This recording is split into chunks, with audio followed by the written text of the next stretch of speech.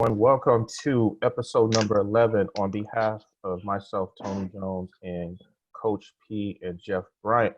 We are going to bring you guys a special guest, a longtime friend of mine, and I'm sure a longtime friend of yours in the track and field, as well as other avenues of athletics and just general life. Bob Geiger. Hey, Coach Bob, how are you doing? Doing all right. How are you guys? All right, man. It's Great. spring in the air. I hear the birds chirping in the background. We're about to get into some talk. Bob, first thing we want to do, we do this with most of our guests, is we want to go down a little bit of a memory lane, and I know quite a bit about you. Hopefully, some of our guests will enjoy hearing what you have to offer us. Could you take us back to when you first started? I know you have a rich history growing up in the south suburbs of Chicago. Take us back to when you were a youth playing sports. Oh, geez. I grew up, that's all we did. We played sports. I was, baseball, basketball, football. My dad was a football coach. So I thought for sure I was going to be a football player. About when I was 8 years old, I had a buddy of mine that I used to play baseball with, and he suggested that we start jogging like his dad does to get in shape for baseball. And so he and I started right there in our blue jeans and our Keds, just started around the neighborhood. And, for me, I couldn't hit a baseball to save my life. I barely weighed 100 pounds. But I could always run. So I just, it was something I could do. While my friend just kind of gave up on it, I kept with it. Ran track in 6th grade when they first offered it, in 7th grade. And in 7th grade, we had a guy named Don Bonfiglio who was, he ended up running for HF and was all state there, but he was a year ahead of me, and he qualified for the state meet and took second in the state and ran 4:58. And it was a big deal to see him break 5 minutes for the mile. A lot of people might know him. His son just ran for Lyons Township and graduated a year or two ago. And so when I went into 8th grade, I played football and got cut from the basketball team. So I didn't make the basketball team, so I had nothing to do. So I just started running a lot more. And, I ended up, breaking Don Bonfiglio's school record, and I ran 4:53 in 8th grade, and went to go to high school. I graduated 8th grade, and my dad told me, "You're not playing football in high school." And I was pissed. And he's like, "No, you've got to run cross country. You've got a better shot at getting a scholarship." And, it was one of those things that it was kind of a life-changing moment. I went to Bloom High School. My freshman year, I was our #1 runner at Bloom, and Coach Slota was the coach then, who he had coached the state championship team in 1974 and 75. And so, with him and Coach Poole, and eventually Coach Piascovi, who now is the coach at Ileana Christian, they kind of took me under the wing, and really Coach Poole did a hell of a job. And, it just kind of set me up for life. And when I got to be about a junior or senior in high school, again, my expectations for myself weren't that high. I didn't think I was going to go to college. And, I ran 4:25 as a sophomore. And I remember my high school counselor, I signed up for auto body shop. I wanted to take auto body. And my high school counselor called me in the office. He says, "You're not taking this." He said, "You're going to go to college." And I was like, "I'm not going to college. I'm going to, join the military like all my friends were planning on doing." And back then, you growing up in Chicago Heights, you join the military. If you didn't get into college, you would join the military, or you'd get a job at the Ford plant. And so, that was my expectation. I hated school, didn't like school at all. Really my counselor, just kind of signed me up for these courses to get me ready for college, and told me I had to take the ACT. And luckily enough, I ended up getting recruited by some pretty good schools. In fact, I got recruited by Indiana State. Tony and I almost were teammates. Yeah, that would have been interesting. Yeah. Yeah, and so you would have took Tony's spot.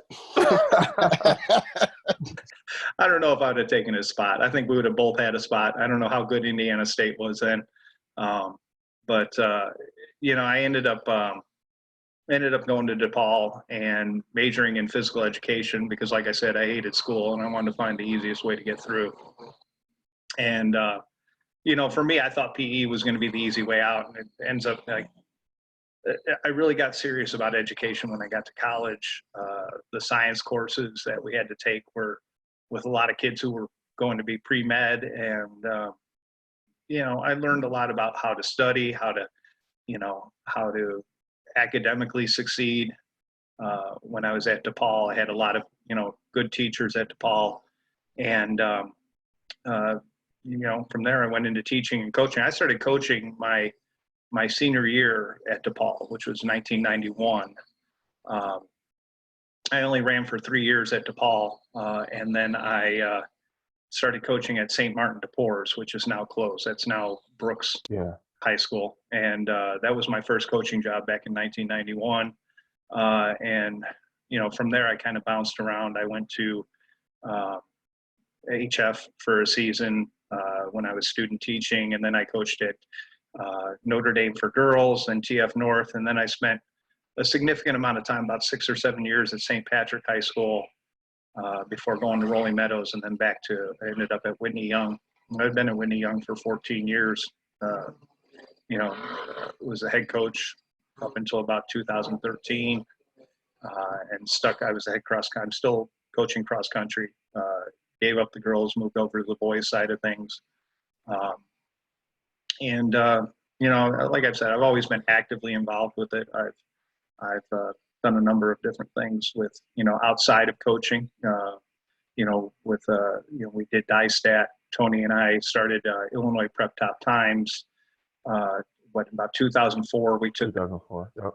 And really made it a bigger internet presence, because before that, Illinois Prep Top Times was a mailer, and they would mail out the lists, and you would get the leaderboards. So basically you'd have to wait a week or two for them to get mailed to you unless you paid for a fax service. And we put that online immediately and started making it more of a media presence to the point where that got sold to DISTAT, which then got sold to ESPN. That was a lot of work doing that. But all along the way, I was, helping my kids. My daughter ran track in elementary school, and I was coaching them and putting on those their grade school meets, and helping local area, Chicago area people put on track meets. And so I've, it's been a huge part of my life. And then recently, as you guys know, I've gotten into the timing and doing FAT timing, which has really pulled me away from doing track. Hold up. Bob, yeah. Bob. He trying to make this a 10-minute podcast. Yeah, Tony. hold up. We got to stop him. Let's back up real quick. We have to stop him. Bob, I think some people don't know this, and let's talk about your all state. I remember you being on the relay 4x8 at state. You guys were state runners up. Is that right? No, well, my team won state. We were fifth. We were fifth in state. There was myself and Daryl Smith my senior year. I led off. We had Rafael Martinez, who ran for us. He got down state 3 years in a row on that 4x8. And then a guy by the name of Michael Jackson was our third leg. And so, but Michael was I want to say he was a freshman or sophomore when we were downstate. I know I handed off and, right with the leaders. I think we were in third place, the third handoff. And, we ended up fifth overall. I don't want to say Michael kind of fell back a little bit, ran like a 158 and, but still hung in there. But no, Bloom High School, I mean, we had some great relays. I remember my sophomore year, I ran 158 and I couldn't make our 4x8 relay. And we had two guys Fabian Morton and Ron Morgan, which both were sub 155. And then Dave Heckel was like a 156 guy, and Jackie Bradford was a 157 guy, and I was like 158.9. And so I ended up running the 2 mile and the mile. So that's just the way it was at Bloom. You know, we had some tough teams there. You know, we were third in state in 1986, and we ended up winning state my senior year, really on the strength of our field events. We had 2 guys placed in the long jump, 2 guys placed in the triple jump. Dwayne Murphy won the triple jump and took second in the long jump. Chet Laheta and Mike Ledier. Mike Ledier took second in state and shot, and Chet was third. And then I want to say Chet also placed in the discus. And so, yeah, we had some great teams there. Did you, from back then, did you have an inkling, hey man, maybe I want to be a coach someday? Just being around a bunch of great athletes back then, did you think that maybe one day you could be in the driver's seat as a coach? Well, yeah, I mean, I remember having a conversation with Coach Poole about that, you know, saying that, you know, kind of, you're 15, 16 years old, you're trying to figure out life. And you know, like I said, my life completely changed, you know, because when I was, you know, a sophomore, I thought, you know, I'm going to the military or I'm going to work at the Ford plant. And, you know, to be pulled aside and told, you know, hey, you're going to college, you know, and luckily, I had a full scholarship, so I went to college for free, you know, which was, even then, I mean, it's a big deal anytime.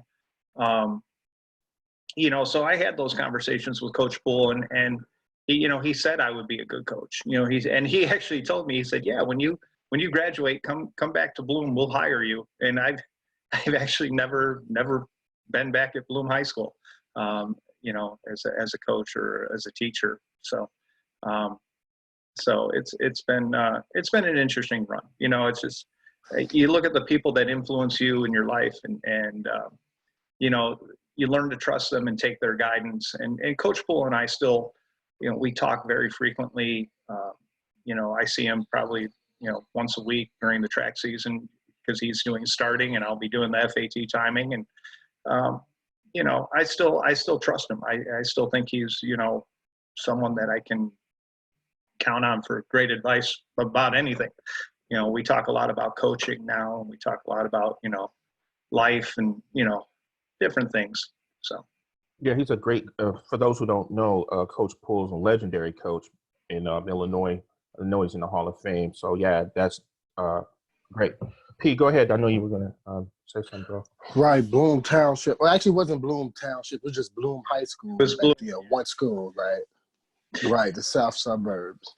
Bloom and Bloom Trail. Yeah, it used to be Bloom and Bloom Trail. And you know, Bloom Trail, I mean, we thought for sure when Bloom and Bloom Trail combined programs, that was going to be a powerhouse for decades. Yeah. Yeah. Like East St. Louis, yeah. I said the same thing about East St. Louis, how they was finishing. Right. You know, The problem is that the kids from Bloom, and from what I hear, I'm not there, but from talking to, you know, they're going to have practice at Bloom High School. The kids at Bloom Trail don't want to get on the bus and go over to Bloom High School to practice. And so Really? a lot of good athletes. Oh, yeah. How far away? How far away is the campuses? I want to say it's probably 5 miles apart. Oh. You know, but I mean, if you're a freshman or sophomore, you know, you get done with school, you got to hop on a bus to go to Bloom High School and practice. And then you got to hop on a bus to go back to Bloom Trail, and then hop on another bus to get home. You know, Yikes.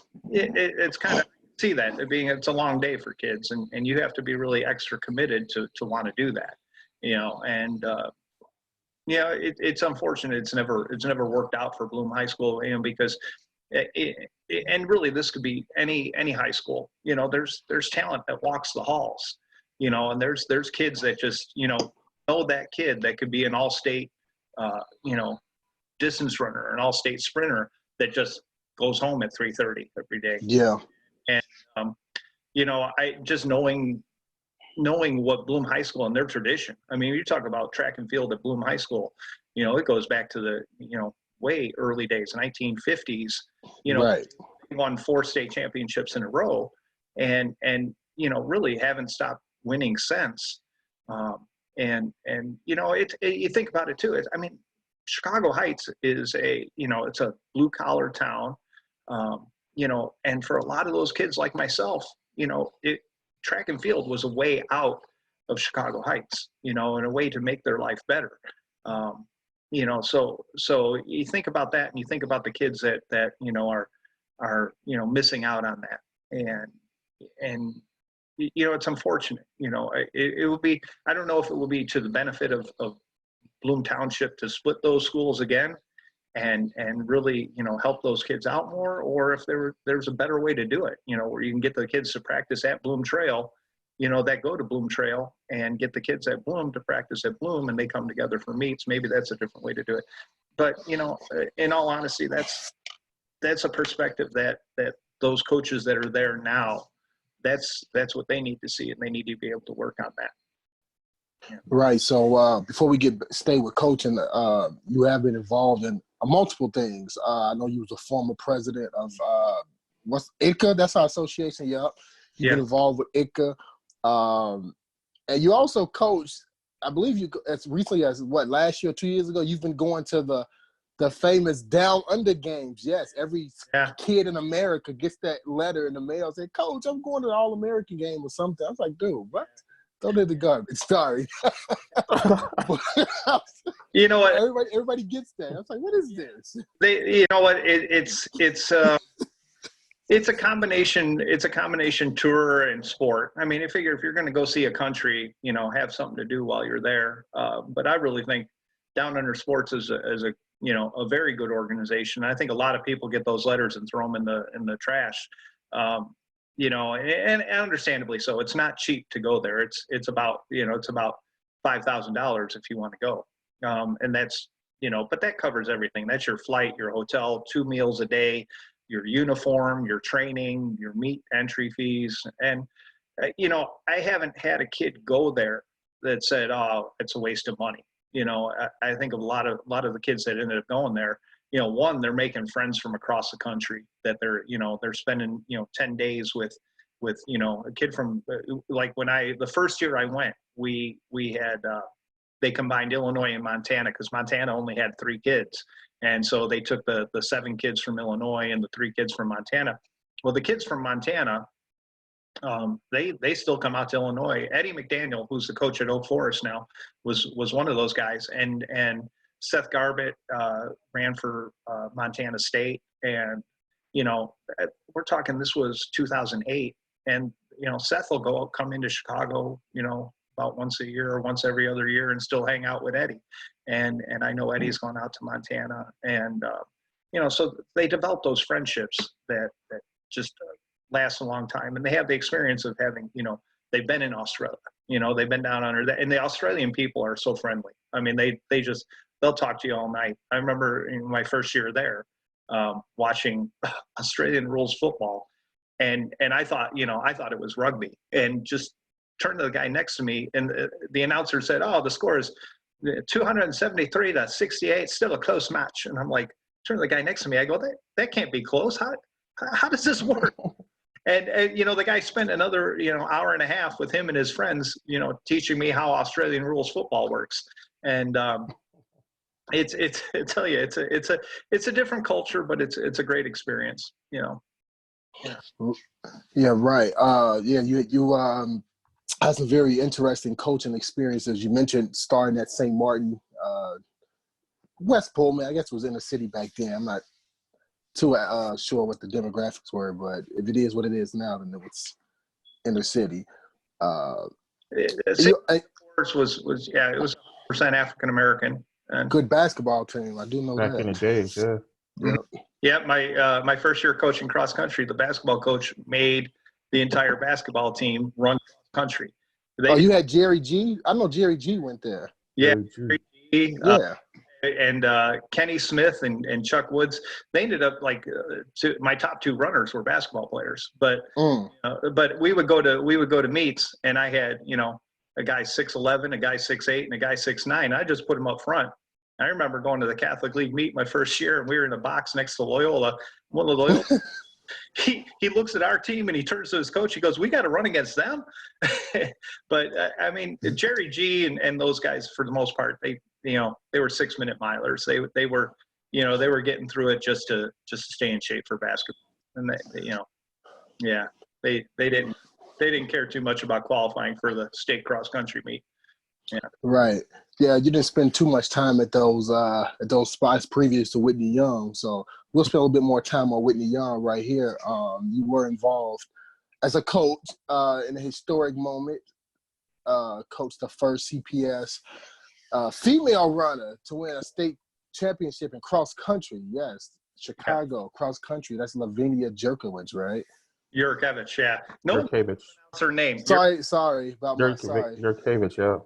Dr. Kenner, our principal, couldn't pronounce her name, and you know, we always waited for her to make announcements to see what pronunciation we would get. But yeah, I mean, not only that, I mean, we had the first CPS team to qualify for state since they got rid of bid. I mean, so I think it was 2008, 2007, 2007. Yeah. We got the first CPS team to get downstate. You know, from any CPS school. That inspired us, Lane boys, because before that, it was almost like apathy. But I think that kind of like turned on the light. Bob set a trend for all of us to. And I think, Tony, you can agree with this. I mean, the mentality in the city back then was the city championships were the end all be all. That's right. It was the biggest deal in the world. And yeah, your conference meet is important, but you know, when I came into Whitney Young, there were three things that I wanted to see change. I wanted to see distance runners understand that they have the talent to make it downstate, and we were able to do that. And you know, it goes back to my theory about getting the kids out of walking the halls. I mean, these kids were walking the halls, and you could, man, I tell you what, every kid who had a pair of gym shoes on, I asked them if they could run cross country, you know, and it takes a lot of, you know, it was a lot of, you know, pounding the pavement and getting kids to come out and actually try running. So, you know, I think I got a lot of kids to believe that they could get downstate, and it became their goal instead of, you know, winning the city championship. I mean, that was, you know, obviously that's a bigger deal now to win the city championship than it was in 2006 or 2007. But then, so the ability to kids to believe that they could get downstate and could achieve at the state level, at the higher level. Secondly, I wanted to see the city in terms of distance. I mean, for what a lot of people don't realize is until I think of 2009 or 2010, there was only the varsity race at the city cross country meet was 3 miles. And so I wanted to see like the frosh off and the junior varsity races. There was no junior varsity race. I think Coach Roof and I decided we're going to do it, have a junior varsity race after the city championship. And that 2007 or 2008, we told all the coaches, hey, if you got any kids who aren't in your top 7, put them in this race and we'll run them. And that ended up, now it's a mainstay. Now we have 4 different races at the city championship, where it used to be just the frosh off and the varsity race. And the frosh off races were 2 miles. And now we got everything up to 3 miles. And so that's going to put the cross country runners in the city more on par with what the rest of the state is doing. And then the last thing I wanted to see happen, which I don't think it's actually going to ever happen, the coaching inequity in coaching pay, you know, and I've you know, worked really hard with our collective bargaining team over this last year to show the inequity. One, to get people to understand the difference between what a coach in the CPS makes to coach cross country as opposed to a coach in the suburbs. So for instance, this past year, 2019, as a head cross country coach, you made $1,900. You know, that's before taxes. Then they took taxes out, and you're looking at $1,600 to be a head cross country coach. So my first year of coaching cross country, I made over $2,000 at St. Martin de Porres, and that was back in 1991. The average pay for a head cross country coach throughout the state is well over $4,000 if you take out the CPS. So we're way below average in terms of pay. And what that does is, if you have some incentive to get some of these coaches to stay in the city, you know, we're going to look at, you know, not only, you know, improving the quality of cross country in the city of Chicago, but also now you're going to take some of these kids and give them a chance to get out of their predicament. You know, if you're at a school where, you know, you're thinking I'm either going to join the military or get a job at Jewel, you know, that could change the life of those kids, you know, like myself, you know, hey, you got a kid who's got a chance at a scholarship, you pull that kid aside and you tell him you got to take college classes, you got to get ready for college because you're going to get a scholarship, you know. And like I said to our collective bargaining team, I said, you know, as a teacher, we get paid on par with anyone else in the state, you know, better in some cases. You know, our teaching salary is very good. Where we lose coaches is when they go to the suburbs and they're like, hey, I can make, as a starting teacher, I can make $40,000 a year in the CPS, or I can make $40,000 a year at some suburban school. But then on top of that, now I'm going to be the head track coach. Well, I'm going to make an extra $9,000 as a head track coach, or I can make, you know, $1,700 in the city. Well, Right. obviously, you know, the decision is going to be, it's going to be obvious, you know, and like I've said, you know, teachers and coaches aren't greedy people. I never got in it for the money. You know, Exactly. I spend more than I make, but we're also not stupid either. You know, it's a matter of respect. You know, if you appreciate what we're doing and you see what we've done, you know, then the reward has to be there. You know, we're talking about, you know, go back to 2005 when, you know, there was one person from the CPS that qualified for state. That was Stephanie Hughes from Lane Tech. Yeah. You know, only one person. And you look at what the city has done in cross country now, and you're telling me coaches like Coach Edelman from Jones, Coach Roof from Lane Tech, or the coaches up at Taft, or you name it. There's a ton of kids that are just, you know, they're excelling, and we're changing their lives and giving them focus in a different direction. And you know, here we are. We're getting, you know, $3,000, $4,000 less than coaches we're beating, you know? Right. Yeah. And I'm glad you brought that up, like, so people don't get it confused. Bob is not saying he's in it for the money, because you look at his resume, he's not in it for the money. But what he says makes legitimate sense. Yeah, like I say, there are even in track, you know, there are programs out there that make shit. It's some coaches that make $10K, and I'm like, oh yeah. Because some of it is public information. I'm like, well, that team isn't that good.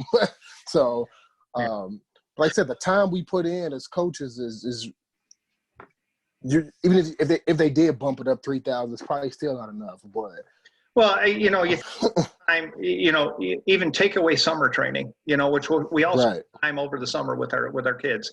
But you have to. You just go from the start of August when the season starts till November when the state meet happens. If I were to go out and, let's just say, drive Uber for an hour a day, I'm going to make 3 times as much as an Uber driver, you know, than I would as a cross country coach. You know, that's, you know, so it's a matter of like, what's important to coaches in the city. Now, I will say this, you know, this past contract, the Board of Education did dedicate an extra $5 million to the city of Chicago for athletics. Now our union is kind of sitting on that because they haven't even divvied it up and decided how that's going to be spread out amongst coaches, you know, in terms of, but that's also got to go from pay. It's got to cover pay. It's got to cover equipment. It's got to cover uniforms. And when you think about it, we have, you know, I think 83 high schools in the city of Chicago. Well, more than 83 high schools. More than that. There were 83 high schools participating in cross country in the city of Chicago. So I know there's some schools out there that have athletic programs that don't have cross country. So you have 83, but then you have well over 200 elementary schools that have to, you know, participate in sports. And so you've got to get uniforms, you've got to pay for coaches, you've got to pay for officials, pay for a number of different things. And really, when you look at it, $5 million is a drop in the bucket. You know, and so, you know, it's a nice gesture. And I think a lot of people in the city of Chicago appreciate the fact that this is the first time in 30 years that the Board of Education and the union have actually discussed coaching and athletics in the city. But it's honestly, it's so much more important than that. And I think you look at the lives that can be changed through athletics, and you look at, you know, the direction.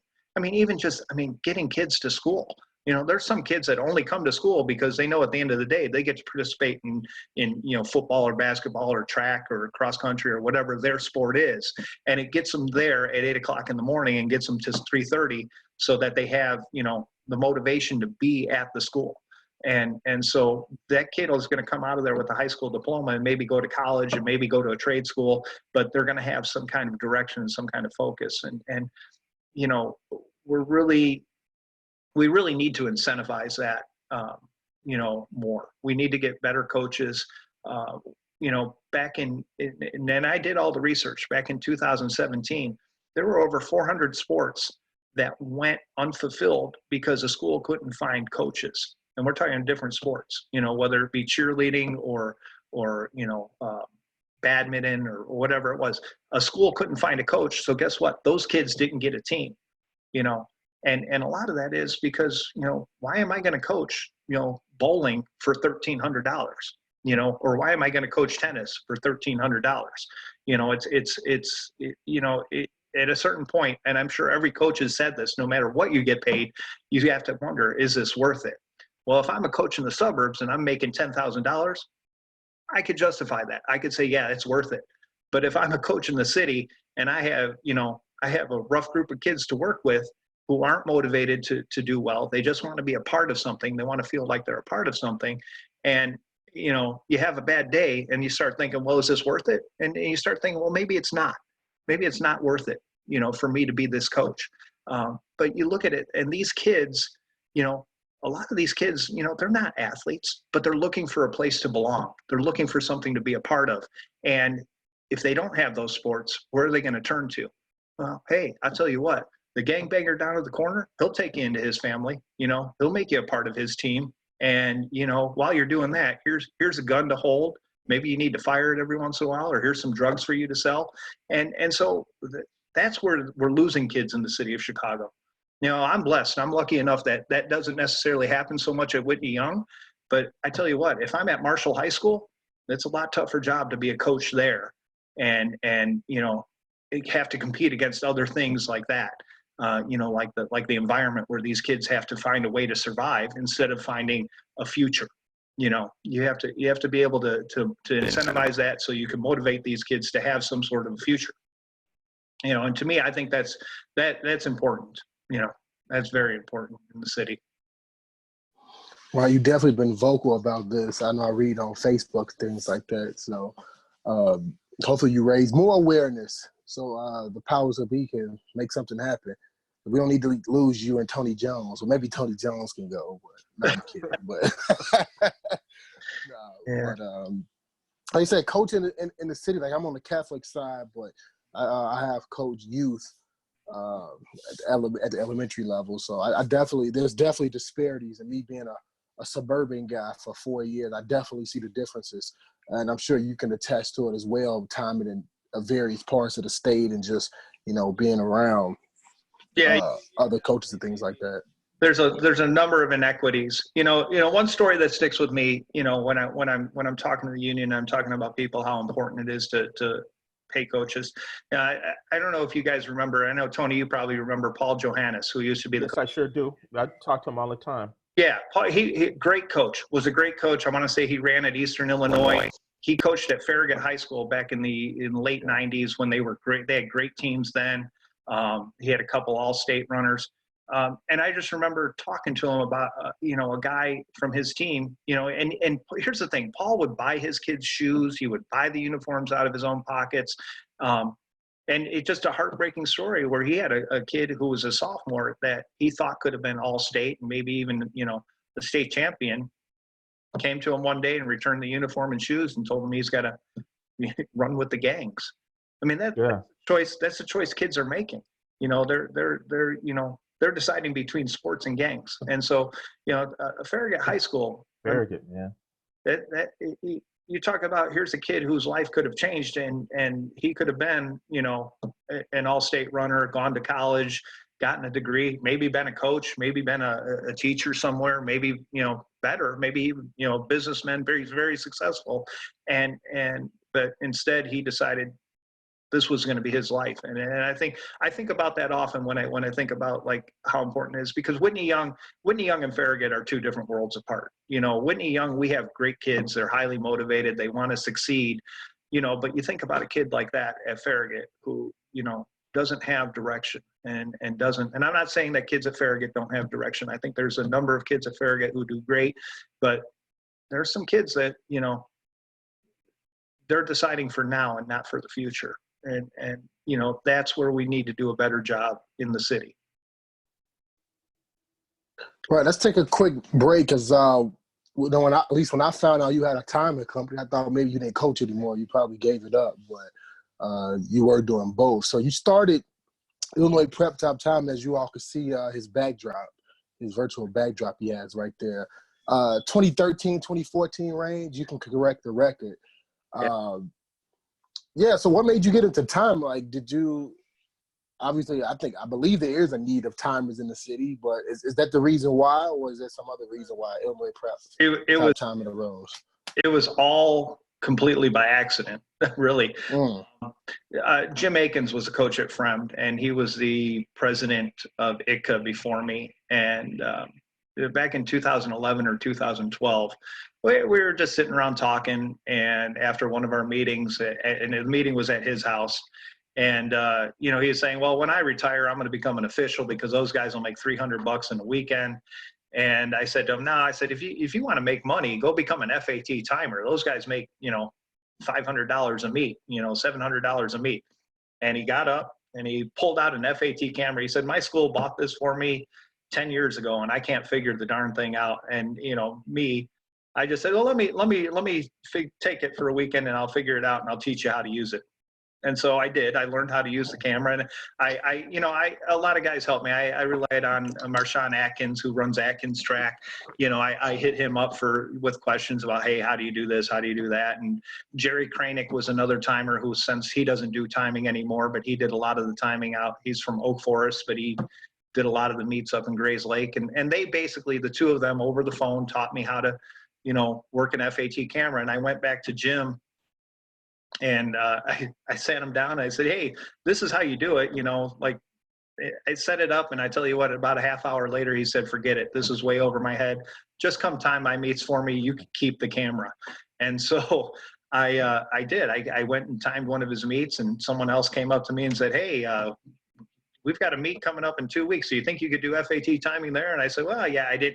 At that time I was coaching, and I said, yeah, I don't have a meet. It was a Friday night. And I said, yeah, I could come out and time that meet. And I want to say that first year I did 4 or 5 meets, and last year I did over 130. You know, it's just, there is a need for FAT timers. You know, it's really become too busy, you know. Yeah, I definitely noticed the explosion. I believe I had you at 2015 in one of my sectional meets, whatever. You only had a handful of things. I believe you have 2 cameras. I think, what do you have now? Like, I ain't trying to put your business out there, but I think you have like at over 5 cameras. And I've got 6 cameras now. I've got 6 cameras. I've got 3 sets of the chip timing mats, you know, specifically for road races. So, you know, I've got the whole gambit. I actually just bought a P10 scoreboard, one of those, like you see them at Arcadia, the score. Yeah, the big, yeah. Those are awesome, yeah. Which I haven't gotten to use because we didn't have an outdoor season this year. But you know, and it's really been fun. I like playing with toys, these new gadgets, and I'll set them all up and, you know, make sure they all work. And you know, it's really something. I tell you, when you have a good meet, nobody knows the FAT timer's there. You know, and it's it's a lot of fun. Like, I think, like, one of my favorite meets to do is the HF ABC meet. You know, and I'll have the scoreboard up there and the clock, and they really, the guys at HF really do a nice job putting on good meets, and the same thing. Like, my favorite meet to do is the Hunt Invite out at Plainfield. It's the Plainfield City meet. And what? Yeah. Really? All the places. It has to be because of the scoreboard. That's the only thing I could think of. Well, they've got the big video scoreboard. Right. Oh, yeah, that's right. Not only that, I mean, the Plainfield schools are good. I mean, you look at Plainfield North, I mean, they're a tough school, In the South, yeah. and so for me, that's my favorite meet to time every year. Those kids really get into it. You get 4 entries per event, and you're looking at the 4 playing field schools, and it really is. I mean, it's a small city championship, where those kids, it means a lot to those kids to do well at that. And the energy is high. The stands are packed. I think everybody in Plainfield comes to that meet, and the energy is just, and when I'm able to have a scoreboard program that I could plug into their big screen scoreboard, which is, the big football stadium scoreboard, that adds to the meet. And it makes me feel like I'm contributing. And that's, that. Now, on the same point, I've had cameras go down, and I've had problems, programs crash. And when I have a meet that goes badly, it eats me up for days. I've ruined a couple meets where, I know I'll never go back to the school because, something didn't work right, or, something crashed, or it didn't go according to plan. And, when you have a bad meet as an FAT timer, it's a bad day, because everybody's looking at you to get everything correct. And, sometimes, hey, if a camera breaks, cameras break, and that's why I have 6 cameras, so that I could bring a second camera, especially if it's a bigger meet. I have a second or third camera. I've learned you got to have a backup. You've got to be able to put on a good performance. And I tell you, a coach would rather wait 5 minutes while you fix something to know it's going to work right than, wait a half hour to find out, hey, I'm not able to do this. This isn't going to work. So it's tough. It could be a tough gig, but for the most part, 90% of the meets I do, they're very rewarding. I like being able to see the kids get instant results. And live results. I mean, I started offering live results as soon as I started timing, because as a coach, I always wanted to know what the time was, like immediately. Exactly. I got my stopwatch, but I want to know officially. And if there's a close race, I want to know, did my kid get second or third? Did my kid get first or third? And so, having that ability to be able to put that out there, it makes that experience for the athlete, for the fan, for the coaches, that much better. And yeah. Right, I know Tony definitely appreciate that. You both do, giving y'all dice that day and the PDF results and the handwritten stuff being sent in. That stuff was awful. Sorry, I used to go through that stuff. So instant results is the way to go. I can have stuff posted on social media on the bus ride, so that definitely works out. Yeah. Yeah. So what? Since we're sticking on time, and since we're on time here, I'm actually upset you picked the hunt over me. So we got to upgrade our barbecue and wagon service to the timing table, I guess. So it's very upsetting, but oh well. I like to give myself raises every once in a while. Right. So actually, let me talk about this, because I put a question on Twitter this past Thursday. It was like 70. It was like raining cats and dogs, and I asked who's rescheduling their sectional week, because it's girls' sectional week, due to all this rain. That has to be a headache for you, right? Because if everybody reschedules to a Friday and you're already booked for Fridays, how does that work out? Yeah, I usually try and be upfront with coaches. Like one of the sectionals I did pick up this year was Conant I want to say they were on a Thursday. Or they were on a Wednesday, and I think it was Conant. And I told the AD up front, I said, hey, just so you know, I've got everything booked on Thursday. So if you need a rain date, it's got to be Friday or Saturday. And they're, for the most part, if you're up front with them, they're okay about that. I try not to overbook on sectionals, because that is that's an important meet for people. I won't do more than 3 or 4 sectionals. Luckily, I haven't had a sectional ever get postponed, that I can think of. I may have. I know as a coach I have. But I think as a timer, no, I think I've been able to cover most of that. my hardest problem running a timing company is finding the personnel to do the timing. Hiring someone to do the time. I've been lucky. I've had a couple former coaches come in and help, and I've employed them. And so they've been able to do the timing as well. And a lot of like Steve Irwin, who's out of Woodstock, is retired, and so for him, that's his extra income, and he's got all day, where he could actually sit and seed some meets for me, and monitor registration and answer field some questions that come my way. So guys like that are great. Jason Rush was a great timer for me, but then he, as a teacher, took on more responsibility, so he had to give up timing. So there's always those holes that need to be filled. I had Stephanie Omoite, who used to be a sprinter for me. She was an all-state for me at Whitney Young, is now an elementary school teacher. Last year, she came down with pneumonia, and so I had to scramble to find someone to cover her meets, and I had a guy like the good network of timers that we have in the area. I reached out to Brian Cleo, who does the timing for Fenwick High School, and he was able to fill in for me for a number of meets last year. And so I think it's one of those things. As timers, we kind of rely on each other. Ben Palmberg up in Deerfield, he and I talk quite a bit about the timing business, and if he gets overbooked, he'll call me to get someone to cover one of his meets, and vice versa. If I have a meet that I need covered that I can't, I'll call Ben and say, hey, can you cover this meet for me? I know, like, I'm already looking ahead. Next year, I have one weekend where, because of all the cancellations, because of the COVID-19, I offered every school who paid me in advance a credit for next year. One of those schools was running a sectional, and so obviously next year they're not going to have a sectional.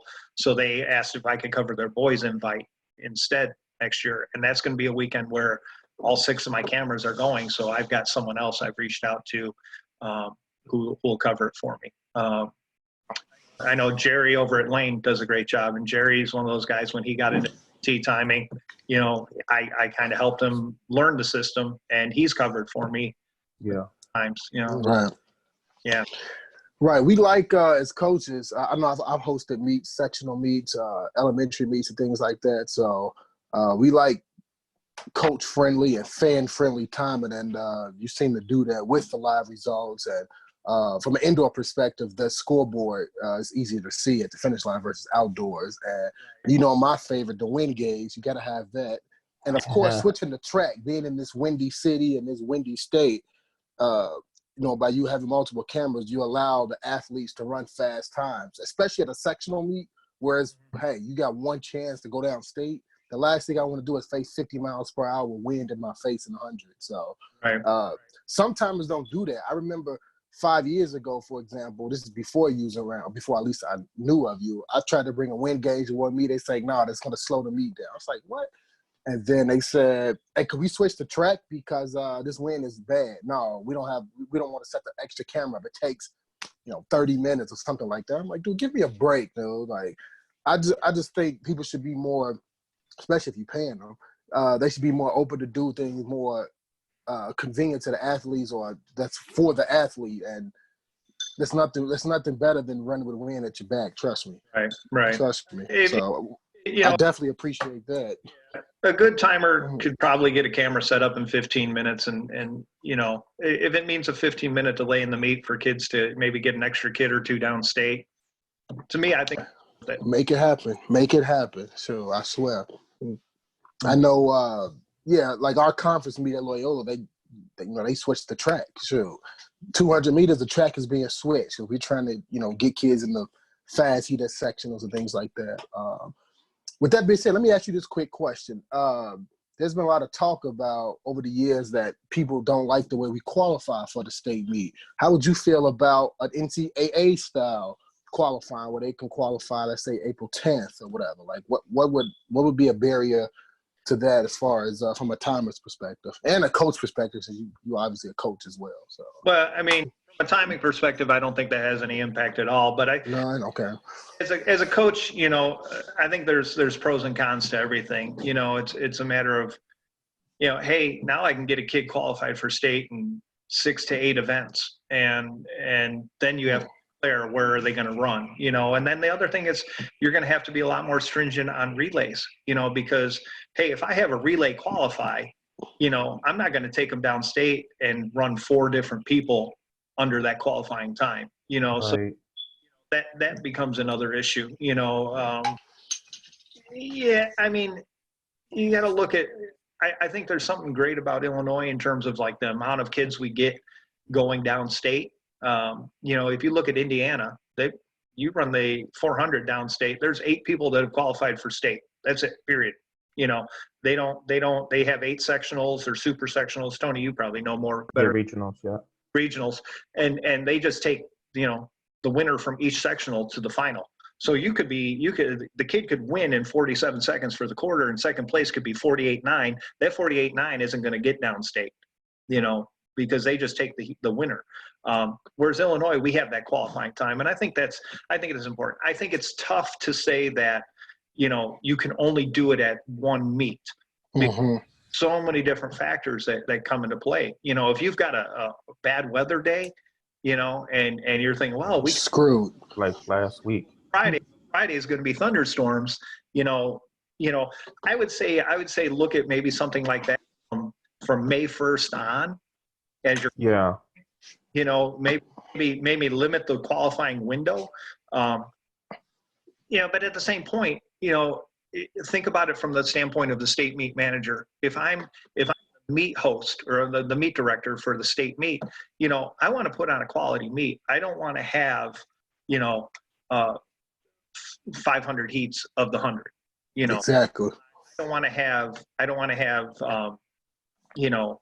have so many, so few heats. Like I think back to when I was a meet director for Illinois Prep Top Times.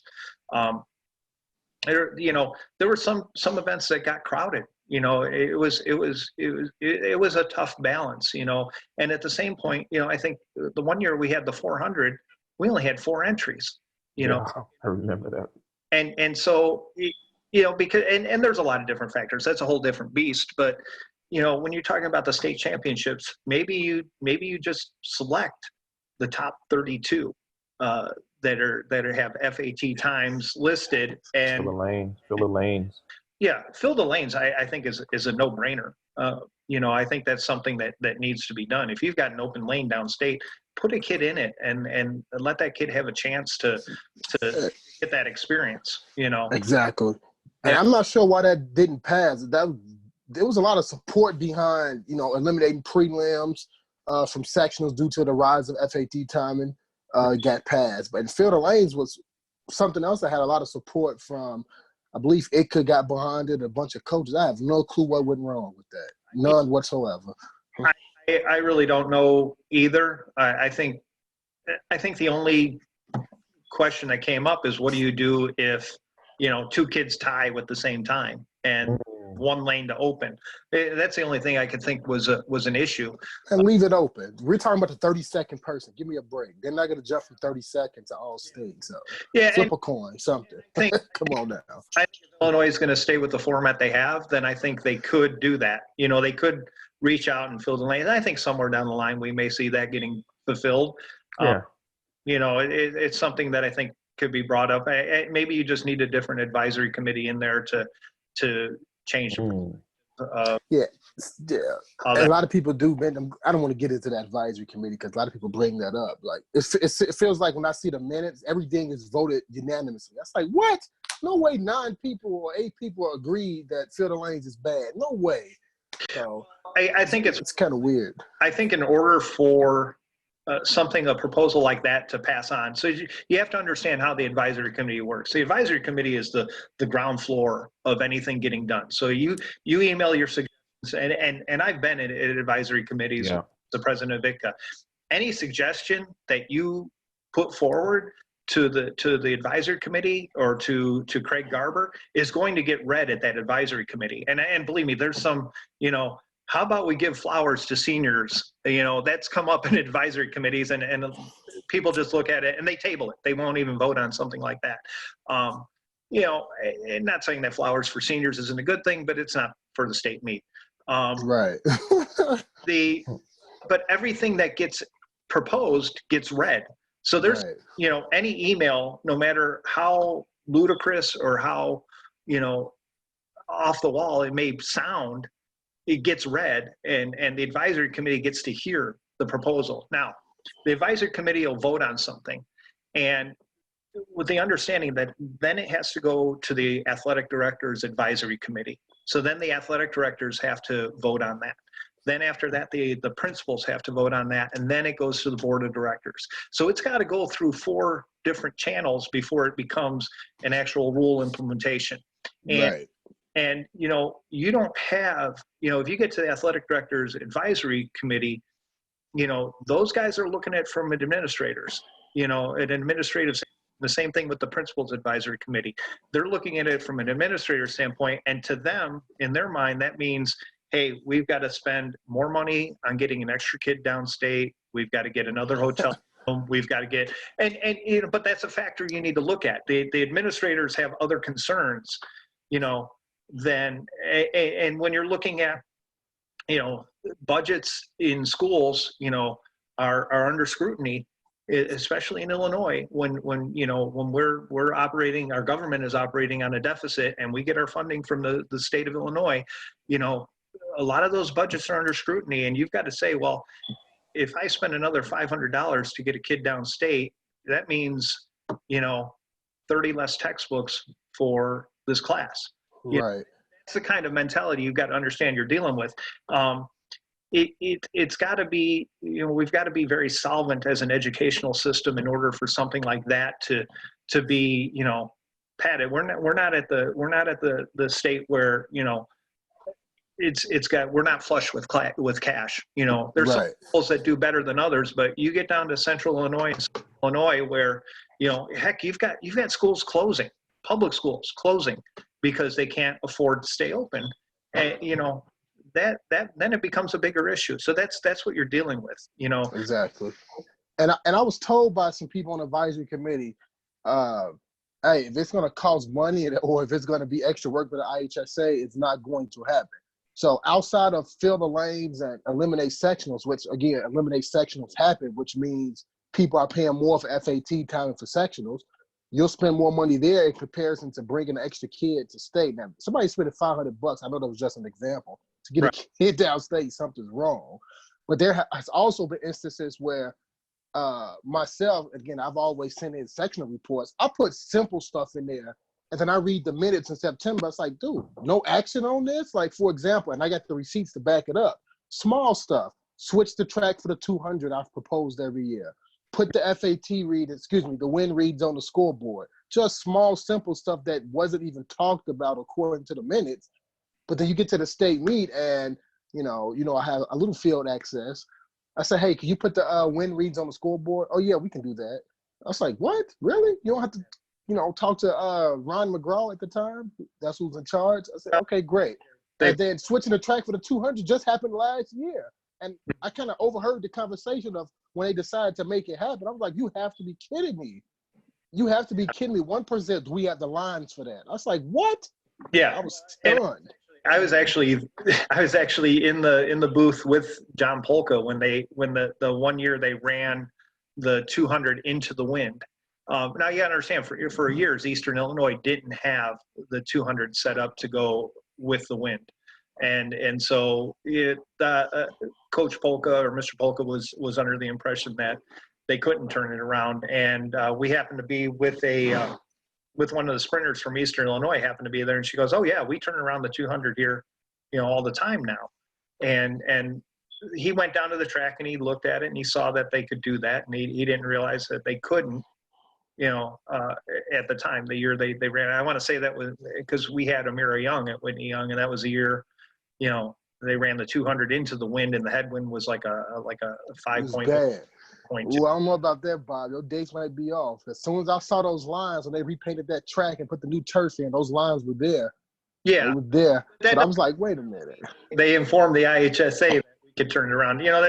There's things that get overlooked. I'm glad that they were able to make the change and they're able to run. For sure, yes. But there's things that the IHSA, if you're putting on the meet, you can't you kind of get the impression that this is the way it was done and this is the way it's going to keep going. And until you're informed, you just keep rolling with the punches. Right. And I think that holds us back. Like running athletes into the win for the 100 or 200 is ridiculous. Like, we're spoiled by, college meets and, timers having multiple cameras where you're able to switch. But anytime we see the results of a prelim or final and there's a -2 for the 100-meter dash, that's ridiculous. Well, and I get the rationale behind it at the time when I challenged it. So, well, we made the decision, an hour ago or something like that. I was like, what? Well, and here's the thing. Here's the point I'm going to make. And track and field is about racing. It's about, head-to-head competition.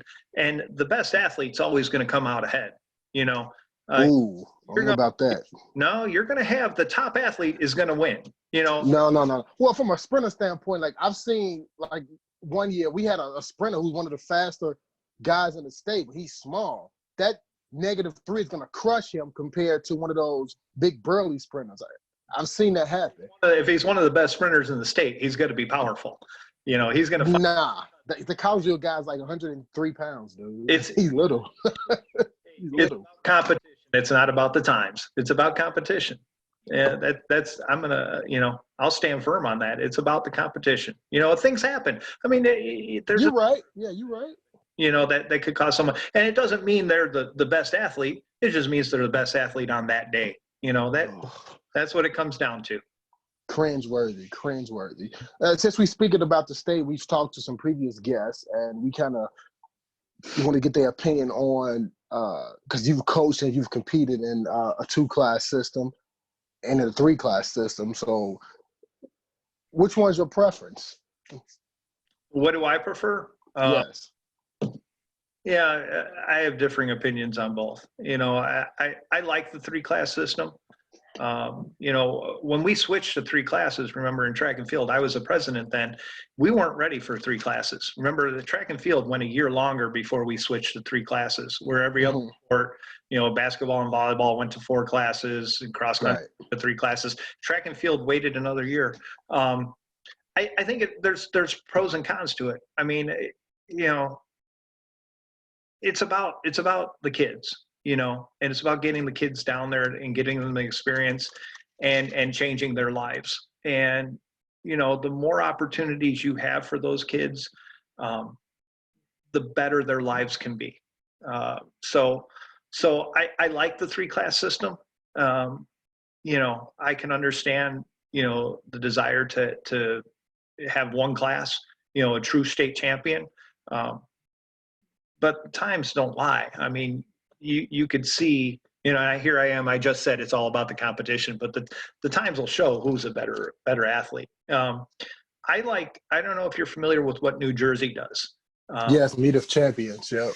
Champions. I would like to see that. I think that would be great to see, like, hey, take the top 2 from each class, maybe the top 4 from 3A, the top 3 from 2A, and the top 2 from 1A, and have a meet of champions, the week after the state meet. That would be something to see. But, again, we're talking about added work and added expenses and really some kids, they peak for that state meet and that's it. Once that state meet is over, they're done. I know, right. I had a tough time with Lavinia. Lavinia never wanted to run any postseason races.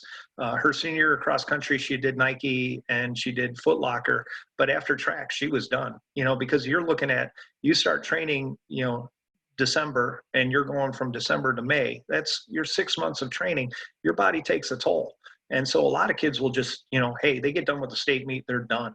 They're done. And they're going to pack it in and get ready for cross country, or they're where sprinters are a little more likely to do summer track, but even some sprinters, that takes a toll on their body. That long season, if you're running hard, January through May, it's tough to get kids incentivized to do an extra week, to do that. Yeah, it's tough. Plus, if I'm the Class 3A state champion, I've got nothing to gain by going to the meet of champions. If I'm the 1A state champion, I want to show my wares. I want to be able to say I can run against the big boys. Yeah, I mean, it'd be cool to see that. The likelihood of that happening, So, who knows? Yeah, I agree. I would like to see it. Like I said, 2 years ago, the Plainfield schools had some support, even from ITCA.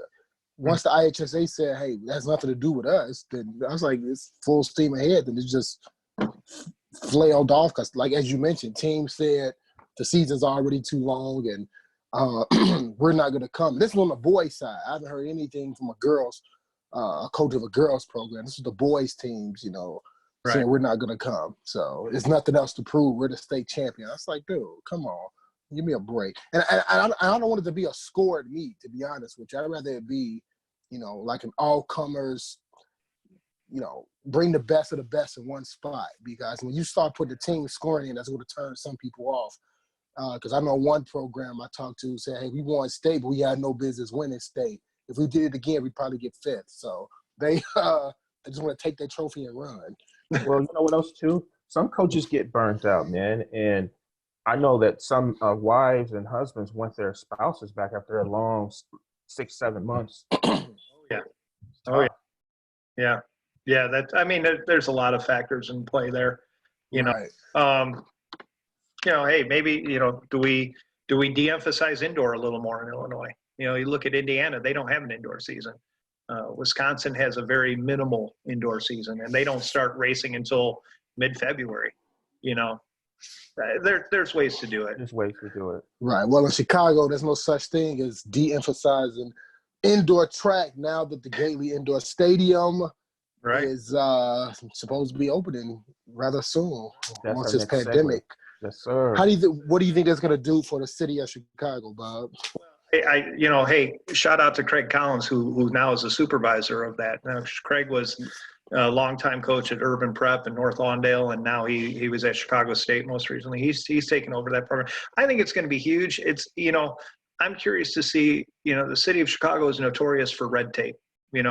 How are we going to be able to work around the red tape to get teams in there to host meets? I think obviously they want to have meets there. They wouldn't have built this beautiful facility without doing that. Now how is the workaround going to be, and who's going to get priority? Let's say St. Rita wants to go there on a Friday night and Whitney Young wants to go there on a Friday night. Mm-hmm. Is it going to be, hey, whoever gets their permit in first? Or no, we're out. The Catholic schools are out in the public building. Come on, Bob. Come on. Because the Chicago Park District wants to see that facility in use. Right. So I would think, hey, maybe the Catholic League wants to move their meet down there, but the CPS wants to have the city championships in there for the indoor season, and so they're both the same weekend. Does that mean CPS runs on a Saturday and the Catholic League runs on a Sunday, or vice versa? Yes, that's how it is now at Chicago. I'll accept that. Although the CPS was out of University of Chicago, the last couple of years, it's been getting tougher and tougher to host a meet at University of Chicago because it's a private facility and they do have their own personal concerns. It'll be interesting. I'm more curious to see them bring, and hopefully they'll do it, high level collegiate meets and professional meets there. If we think, oh, I just happen to have it right here. Here we go. Back in I don't know if you can see it. Back in 1986, the Valley Invitational was in Chicago, and they had it at the Rosemont Horizon, which is State Arena, and they brought in professional athletes. Marichika Puika, who you guys probably I know. Fair. She's a distance runner from 1500. Yeah. She won the 3,000 meter gold medal at the 1984 Olympics when Mary Decker got tripped. She's from Romania. Yes. She's from Romania, and so we had professional track and field. We used to have professional track meets at the Chicago Stadium. I would love to see Chicago bring in a high level track meet to that facility, and there's no reason why they can't do it other than, money, I guess, but if you've got a good promoter and you've got, someone who could bring in these athletes, it'd be great to see. I mean, Chicago and the Chicago suburbs and the state of Illinois, they put out great athletes year after year, and some of those kids go pro, and, get them back to their hometown to put on a great meet and promote that.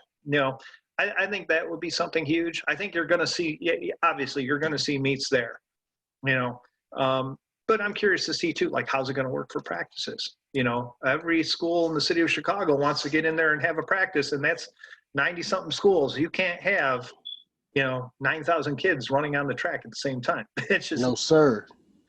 But No. how are they going to do it for that? And really, it's a drop in the bucket. We really should have, that's our south side facility. We should have one on the west side. We should have one on the north side. We should have someone in the middle. One facility like that is great. But yes.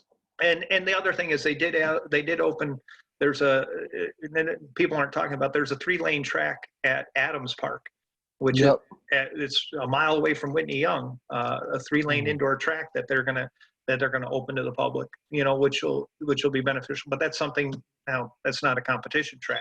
It's going to be a great training track, but it's that'll some of the kids from the west side and Whitney Young and St. Ignatius will probably get in there to do some workouts. But we need more of that. We need to build up of facilities, especially like you said, the weather in Illinois is not conducive to outdoor track. We have some April days where it's a foot of snow on the ground. So right. Like I said, practice will definitely be a challenge. I can promise you that.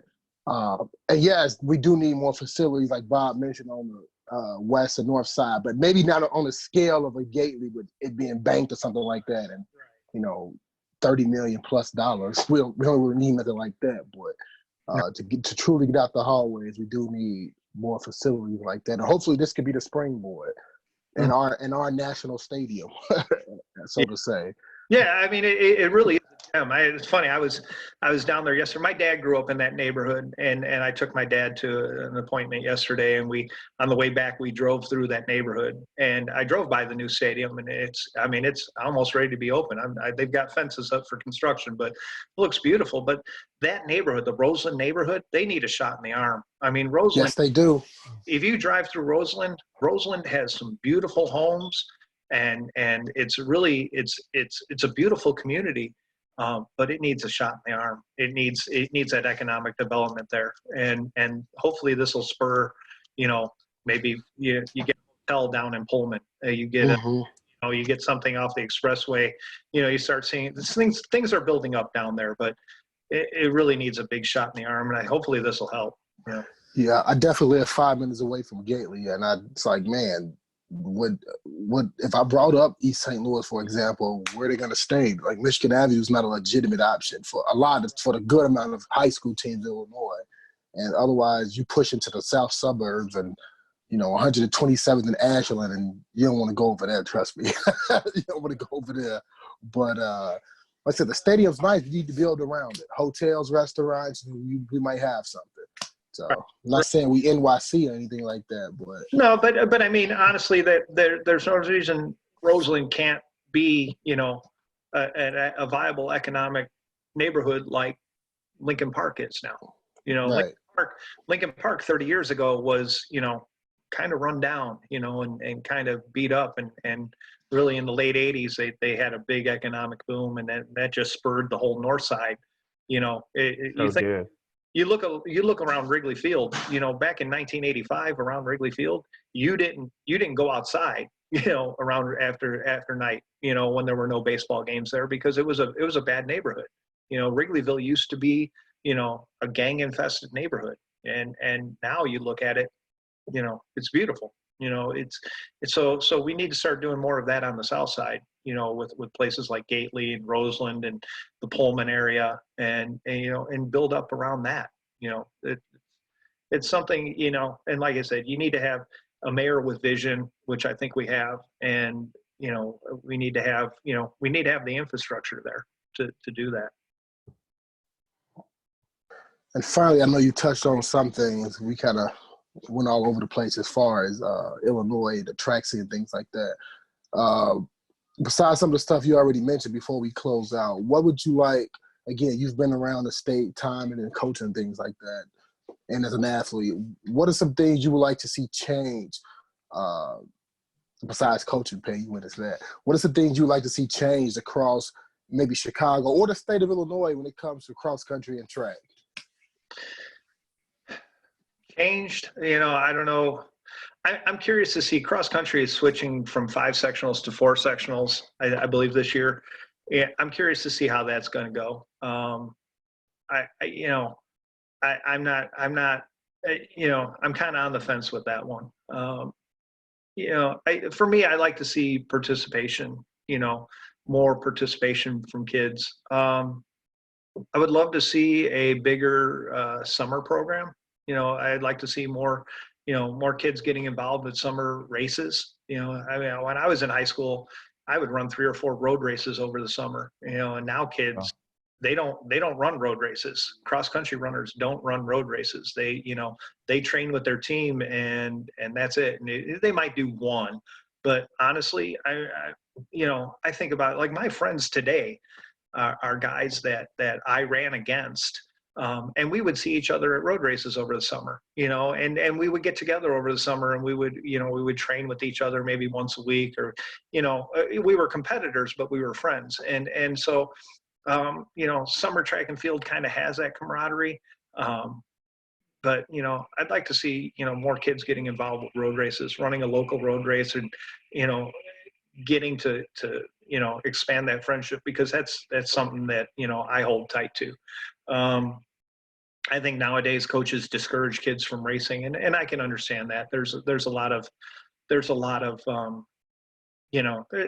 like I said, it takes a toll on your body. Racing takes a toll on your body, but there's no reason why you can't show up to a 10K and run a tempo, or a 5K, tempo through a 5K and have some fun and hang out with some people you normally don't hang out with, in a different setting. So lastly, Bob, you want to give a plug to your company, man? I know you don't have a lot of business right now, but no, will. Or do you? Or do you? Well, you know what? Dan Daly over at Latin is putting on 4 summer track meets, which are still That is correct. June. Yeah. So he's putting on those, and I'm going to be timing that. And Hope High School, if you guys haven't been there, they've got one of the boards like the Plainfield has, the big video boards. And so we're gonna use those. But the Midwest meet of, what's he calling it? The Midwest meet? Illinois Meet of Champions. Illinois Meet of Champions. Yeah. So we're, we still got that going. But Illinois Prep Top Timing, ilpreptoptiming.com. Cross country, we still have a couple free open weekends. If you need chip timing, give me a call, or send me an email, and we could work something out. I think one of the things too is, like, coaches think, like, hey, I can't afford chip timing for my meet. Everything's negotiable, and it's not as expensive as you think, especially for cross country. There's a workaround for everything. We can make things work. So, awesome. All right, sure. Bob. It's awesome, man. So thanks so much, Bob. Really glad to have you on. You've got a wealth of knowledge. I learned, I know a lot, but I learned something as well. Thanks so much, man. Yeah, Absolutely. thanks, guys. I know it's a long podcast. You might have to break this one down. Oh no, it's not long. It's one of our shorter ones. We have one go over 2 hours. Okay. So you shortchange us about 40 minutes, but that's all right. Once you start talking track, I could talk forever. I know. I mean, I could tell you one story. Before I worked at Rolling Meadows, this is how I got to know Jim Voiles. Jim Voiles and John Lem. Oh, that's my dude.